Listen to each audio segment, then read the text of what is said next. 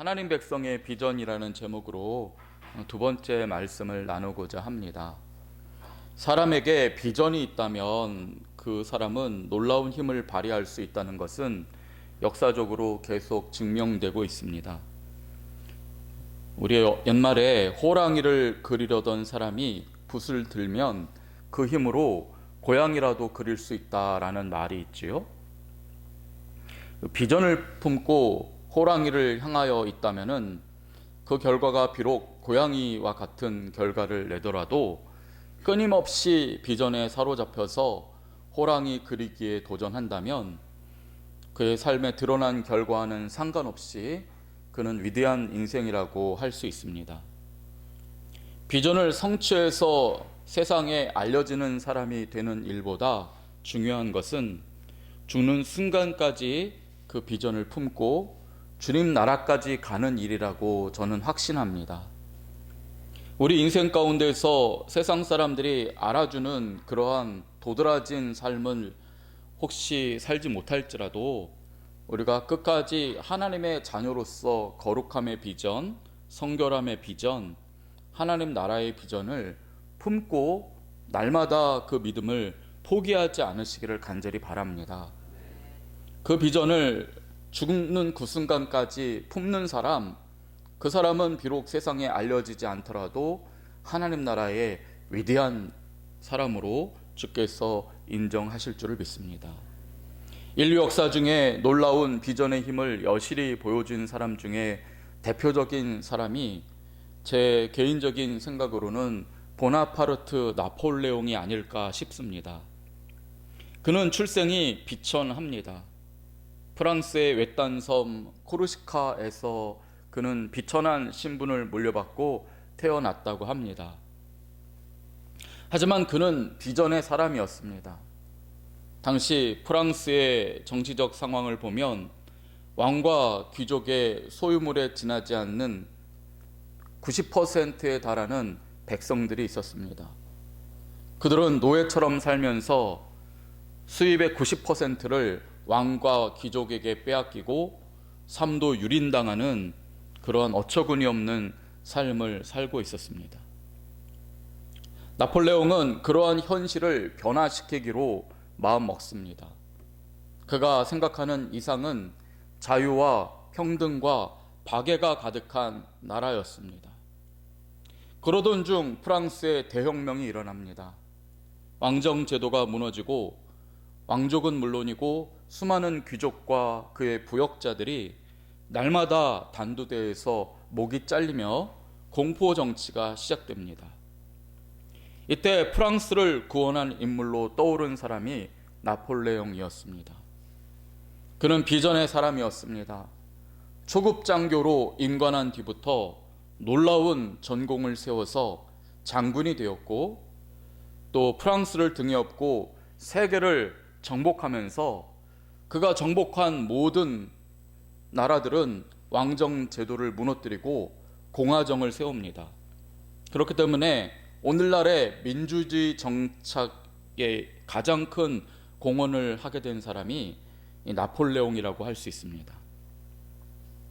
하지만 이 나폴레옹이 그 비전을 버리게 됩니다. 그가 스스로 황제가 되었기 때문입니다. 비전을 품고 전 세계를 정복할 정도로 놀랍게 그 비전의 힘을 여실히 보여주었던 그였지만은 그가 스스로 황제가 됨으로써 비전의 사람이 아니라 초라하게 유배되어 살아가는 그런 사람의 모습을 보여주었던 것입니다. 성도 여러분, 이 세상에는 비전을 품는 자가 적습니다. 동물과 다름없이 먹고 사는 일에만 전념하는 사람들이 너무나 많습니다. 눈에 보이는 것 때문에 일희일비하는 사람들이 너무나 많습니다. 비전을 품고 눈에 보이지 않는 놀라운 이상을 향하여서 끊임없이 노력하고 도전하는 그런 사람들이 적습니다. 그리고 그 비전을 죽는 순간까지 붙잡는 자는 더욱 희귀합니다. 그런데 하나님의 자녀는 하나도 남김없이 모두 비전의 사람입니다. 세상에 알려지던 알려지지 않던 하나님의 자녀의 마음속에는 늘 하나님의 나라가 있습니다. 하나님의 자녀로서 고귀한 기쁨을 잃지 않으려는 그 마음을 죽을 때까지 품고 있습니다. 아무리 비천한 삶을 산다고 할지라도 그의 영혼은 세상의 그 누구보다 빛나는 것입니다. 예수님의 육신의 어머니 마리아는 스스로를 계집종이라고 할 만한 비천한 여자였습니다. 하지만 그가 하나님의 아들을 이 처녀의 몸으로 잉태하게 되었다는 그 이야기를 들었을 때에 그는 하나님 앞에 기도합니다. 그 기도 내용을 보면 비천한 계집종에 지나지 않는 마리아라도 그가 하나님의 사람이었기 때문에 비전의 사람이었다는 사실을 분명히 알 수 있는 그런 기도를 합니다. 그는 하나님 나라를 꿈꾸는 사람이었고 주님 나라의 백성의 고귀함을 잃지 않으려는 사람이었다는 것을 분명히 그의 기도 속에서 드러내고 있습니다. 이와 같이 하나님의 사람은 비전의 사람, 믿음의 사람, 소망의 사람인 줄을 믿습니다. 놀랍게도 출애굽기를 보면 하나님께서는 이 야곱의 자손들, 세상에서 가장 비천하여서 430년 동안 노예의 DNA를 물려받고 아무도 이 대단하다라고 여길 수 없었던 그런 사람들 300만 명을 하나같이 남김없이 모두 비전의 사람으로 만들고자 하신다 하는 것을 계속 볼 수가 있습니다. 주님께서는 한두 사람도 아니고 뛰어난 어떤 한 사람을 비전의 사람으로 만들려고 하신 것이 아니라 오늘 저와 여러분과 같이 세상의 그 누구로부터도 별다른 특별한 존경받지 않고 인정받지 못하는 우리와 같은 사람들을 비전의 사람으로 만들고자 하시는 것입니다. 그 시험으로 주께서는 이 히브리 민족을 비전의 사람으로 만들려고 하신 것입니다. 그 기록이 바로 출애굽기의 기록이라고 할 수 있습니다. 오늘 본문 3절을 보시면 하나님께서는 먼저 모세라고 하는 한 사람을 비전의 사람으로 선택하신 것을 볼 수 있습니다. 모세가 하나님 앞에 올라가니 여호와께서 산에서 그를 불러 말씀하시되 너는 이같이 야곱의 집에 말하고 이스라엘 자손들에게 말하라. 하나님의 비전의 말씀을 모세에게 먼저 담아주신 것을 볼 수가 있습니다. 이를 위해서 모세가 얼마나 여러 번 하나님의 산 신의 산을 오르내렸는지 우리는 정확히 알 수 없습니다. 아마 모세조차도 얼마나 여러 번 주님의 말씀을 듣기 위해서 그 산을 오르내렸는지 잘 알지 못했을 것이라고 생각합니다. 모세는 아예 그의 장막을 안온히 살 수 있는 르비딤에서 벗어나 시내산 앞에 둡니다. 그리고 주님의 말씀을 듣기 위하여 수시로 그 산을 오르내렸습니다. 최선을 다한 것을 볼 수가 있습니다. 하나님의 말씀이 비전입니다. 주의 말씀이 우리의 헛된 생각을 몰아내고 우리의 생각과 언행심사를 다스리는 때까지 최선을 다해야 비전의 사람이 될 수 있다는 것을 모세 한 사람이 증명해내고 있습니다. 또한 한편 주님께서는 비참한 인생을 살던 이스라엘 자손들을 비전의 백성으로 만들고자 출애굽 때부터 놀라운 역사를 일으켜 주셨습니다. 그 말씀을 한마디로 본문 4절이 이렇게 말하고 있습니다. 내가 애굽 사람에게 어떻게 행하였음과 내가 어떻게 독수리 날개로 너희를 업어 내게로 인도하였음을 너희가 보았느니라 말씀하고 있습니다.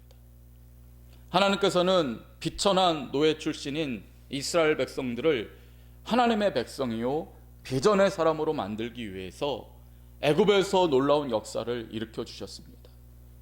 평생 그들을 다스렸던 애굽 사람들을 무너뜨려 주셨고 그들이 섬기던 우상을 낱낱이 파괴시켜 주셨고 주의 백성들을 구원해 주셨습니다. 그리고 독수리 날개로 그들을 업어 주님께로 인도하셨다라고 말씀하고 있습니다. 독수리 날개로 업었다는 말씀이 무슨 뜻인가를 보니 신명기 32장 11절에 다음과 같은 말씀이 나옵니다. 그것은 마치 독수리가 자기의 보금자리를 어지럽게 하며 자기의 새끼 위에 너풀거리며 그의 날개를 펴서 새끼를 받으며 그의 날개 위에 그것을 엎는 것 같다. 그런 말씀이 나옵니다. 모든 독수리가 그런 것은 아니지만은 새들의 왕이라고 하는 독수리는 자기 새끼를 쉽게 기르지 않습니다. 그는 새끼가 점점 자라나게 되면 편안했던 보금자리를 어지럽게 합니다. 가시를 일부러 집어넣고 새끼가 따가워서 그 보금자리에 안온하게 머물려고 하는 마음을 없애버립니다. 그 뒤에는 자기 새끼를 날개 위에 올려놓고 저 높은 창공으로 날아오른다고 하지요. 그러고 나서는 새끼를 떨어뜨리는 것입니다.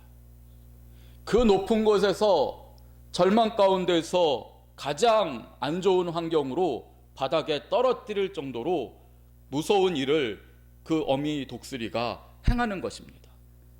그때 새끼는 두려움 가운데에서 자기 날개를 퍼덕이게 될 것이고 바닥에 떨어지려는 순간 독수리는 날개를 펴서 다시 새끼를 받습니다.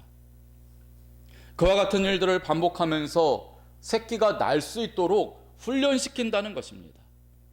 그런데 하나님께서 우리에게도 그렇게 하신다라고 오늘 본문은 말씀하고 있습니다. 주님께서는 우리에게 안온한 르비딤을 벗어나게 하실 때가 있다는 것입니다. 우리가 세상 사람들의 기준대로 잘 먹고 잘 사는 것에만 만족하는 삶을 살지 않게 하시기 위하여서 우리의 보금자리를 어지럽게도 하신다는 것입니다. 그렇게 하여서 저 높은 창공을 날아오를 수 있는 비전의 사람이 되도록 훈련시킨다는 것입니다.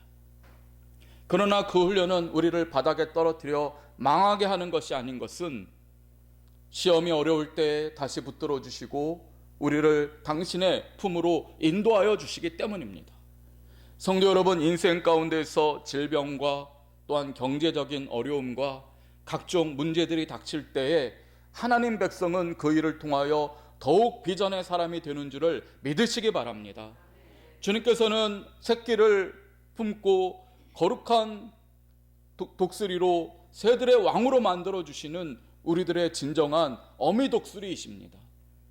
주께서 우리를 높은 곳에 두게 하시고 떨어뜨리실 때도 있지만은 다시 받아주실 것이고 그 여러 번의 훈련을 통하여 우리는 결국에 비천한 인생을 벗어나고 위대한 비전의 사람이 될 줄을 믿습니다. 하나님이 우리를 선택하셨습니다. 하나님의 손안에 있습니다. 그러므로 날마다 주님을 붙들고 주님의 말씀 가운데에서 살아가며 인생의 어려움 가운데에서 우리를 비전의 사람으로 만드시는 주님과 함께 동행하시는 저와 여러분이 되시기를 주님의 이름으로 축원드립니다. 아멘. 기도하겠습니다. 하나님, 가장 비천한 히브리 민족을 선택하셔서 그들 모두를 독수리의 자녀로 비전의 사람으로 만들고자 하셨던 주님의 그 꿈이 오늘 예수를 믿는 우리들에게 임한 줄을 믿습니다. 아버지, 그들은 실패하였을지라도 주님 안에 있는 우리들은 주님의 기쁨이 되게 하여 주시고 반드시 하나님 닮은 비전의 사람이 되게 하여 주옵소서. 주님처럼 생각하게 하시고 주님처럼 행동하게 하시고 말하게 하시고 주님처럼 위대하게 삶을 변화시키는 주의 자녀들이 되게 하여 주옵소서. 그러나 그 과정 가운데는 시련도 있고 시험도 있고 어려움도 있다는 사실을 깨닫게 하시고 어려움을 만날 때마다 주님 붙들게 하여 주시고 저 높은 곳을 날아다니는 독수리의 날개처럼 날아오르게 하여 주옵소서.